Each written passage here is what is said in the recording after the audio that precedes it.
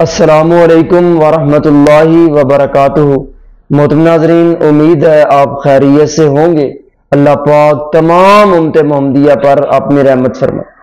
मैं आपका तबीब हकीम मोहम्मद इसरार एक नई वीडियो के साथ, एक नए टॉपिक के साथ आपकी खिदमत में हाजिर हूँ। आज का जो हमारा मौजू जो है वो है यूरिक एसिड। इसमें हाथ पाँव की उंगलियों के छोटे जोड़ जो हैं उनमें दर्द होना शुरू हो जाता है। बाज़ दफ़ा इनमें सोजश सूजन हो जाती है और ये सुर्ख हो जाती हैं, जिससे मरीज के लिए हरकत जो है, चलना फिरना, काम काज करना मुश्किल हो जाता है। एलोपैथी तरीका इलाज में मरीज जो है साल जो है अंग्रेजी अद्वियात इस्तेमाल करता रहता है। जब खाता है तो उसको फायदा होता है और जब दवा छोड़ता है तो फिर वो अपनी जो है पहली हालत में वापस आ जाता है, यानी उसको फिर दर्दें शुरू हो जाती हैं। तो तिब के अंदर इसका जो है बाकमाल इलाज है।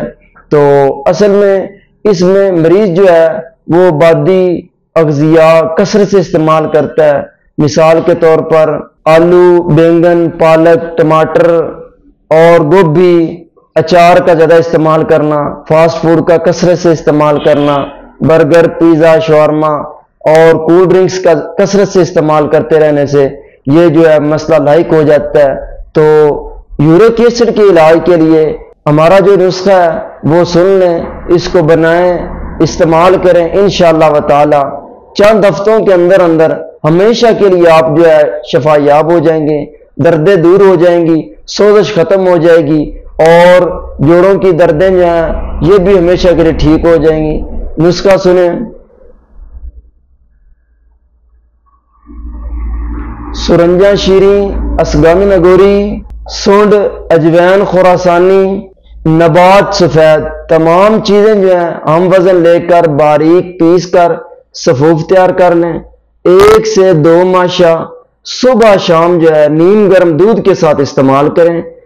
इंशाअल्लाह व ताला इस नुस्खे के चंद दिन इस्तेमाल करने से ही यूरिक एसिड जो है खा कितने अरसों से पुराना हो हमेशा के लिए ठीक हो जाएगा। और हमें दुआओं में ज़रूर याद रखें। अस्सलामु अलैकुम व रहमतुल्लाहि व बरकातुहू।